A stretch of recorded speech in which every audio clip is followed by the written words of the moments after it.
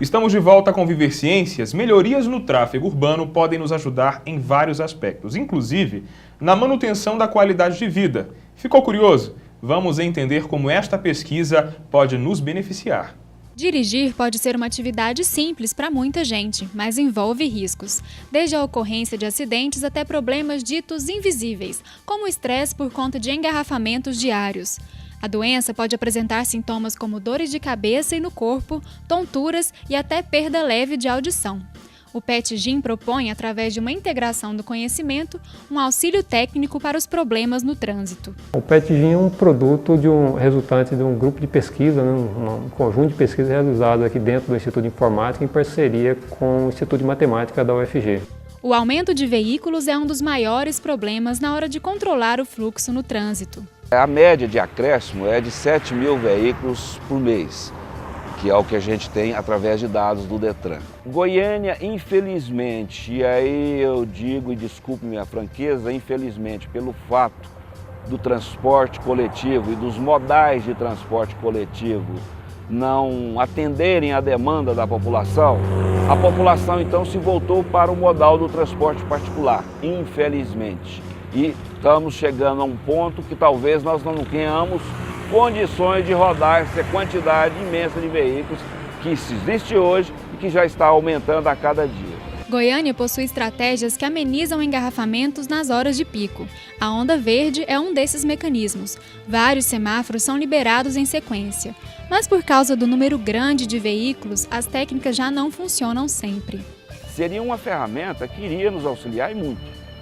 Tá? Só que essa ferramenta, ela depende de uma coisa que se chama alimentação, que é o maior problema que nós temos hoje. O que significa alimentação? Significa saber, em tempo real, qual a demanda que existe. Ou seja, a cada instante eu tenho que saber qual a demanda que existe, tanto para alimentar esse software, para que ele possa simular outros tipos de soluções, e em cima desses outros tipos de soluções, inclusive pode implicar até em tempos melhores, em tempos semafóricos melhores e talvez até numa otimização na onda verde existente hoje. A universidade tem um papel importante no sentido de prover técnicas novas para a sociedade, principalmente os gestores do tráfego urbano, conseguirem fazer essa gestão eficiente da fluidez do tráfego urbano. A ferramenta está disponível, funciona, já foi usada inclusive no Rio de Janeiro para algumas simulações lá no centro do Rio de Janeiro quando o professor Brian fez o pós-doutorado dele. E agora é questão de a gente fechar o nosso grupo e continuar expandindo essa ferramenta, que é o meu trabalho agora. E agora vamos conversar com os nossos entrevistados aqui mesmo nos estúdios da TV UFG. Professor Brian, qual o papel da área da matemática e como esse papel é desempenhado na criação desse software, por exemplo? Bom, de fato, a matemática está por trás de todo o programa que envolve um algoritmo. Um algoritmo é algo fenômeno matemático, né? Então, o algoritmo nesse caso é um algoritmo relativamente complicado. É chamado tecnicamente da resolução de uma inequação variacional. Ele representa um problema, o chamado problema de equilíbrio de tráfego. Você simula o tráfego rodoviário, fazendo com que cada motorista busca se deslocar de uma origem para um destino no menor tempo possível, né? Isso depende da percepção dele, das condições de tráfego, etc., né? Mas isso pode ser simulado artificialmente no computador, né? Que é justamente o que é o algoritmo, né? Mas é um algoritmo matemático de um nível relativamente alto, né? Sobretudo na questão da dimensão. A dimensão de um problema em equação variacional, se for de dimensão 2 ou 3, seria já um problema respeitável, né? Mas no caso do tráfego, a dimensão é o número de arcos, ou seja, ruas, ligações entre dois pontos no mapa. O algoritmo que foi implementado pelo aluno Walid envolveu em torno de 300 arcos. Então é um problema de dimensão 300, que é dimensão alta, né? Certo. Qual é a forma de armazenamento dessa visualização de dados? A parte estética, né? Aquilo que é visual, como é que funciona? Bom, nós temos hoje o sistema separado rodando em 3 servidores, né? Na verdade 3 pastas, o sistema está dividido em 3 componentes ali. Um é uma base de dados que guarda todas as informações relacionadas ao tráfego, né? Nós temos então as ruas, né, as informações sobre os semáforos, informações sobre as preferências das pessoas, né, em pegar uma rua ou não, e onde elas estão, para onde elas querem ir. Isso é uma base de dados que é ali guardada. Uma outra parte é o software que realmente usa todas as informações para simular, né, o tráfego naquela localidade, naquele momento, e mostrar como é que esse tráfego hoje está se comportando. E, finalmente, uma terceira parte que roda no navegador web do próprio cidadão, da pessoa que usa, né, a ferramenta para visualizar o tráfego, ou seja, um engenheiro de tráfego para fazer uma simulação. Tem uma parte de software que roda no navegador web dele. Então, hoje a gente tem esses 3 componentes. Dos 2 componentes iniciais se encontram hospedados no UFG, uma máquina servidora da UFG, e o outro ele é transmitido para o navegador do usuário no momento que ele conecta no nosso portal. Existe alguma expectativa, professor Brian, para que esse protótipo seja utilizado pelo poder público? Porque já existe um software que o poder público utiliza na visualização, por exemplo, dos semáforos de Goiânia, né? Existe algo que se chama também Onda Verde, que facilita o fluxo. Mas este software desenvolvido na UFG, ele tem expectativas para que possa ser associado aos serviços já existentes e utilizados pelo poder público? Bom, certamente acreditamos que interessaria muito ao poder público usar um software que simula o trânsito. Com isso, você, ao invés de você fazer uma construção, implementar uma mudança no tráfego para ver o resultado depois, você já simula de antemão qual vai ser o resultado de uma construção de um dado viaduto ou alteração de uma certa rua, etc., né? Então, o software é de interesse intrínseco muito alto pelo poder público.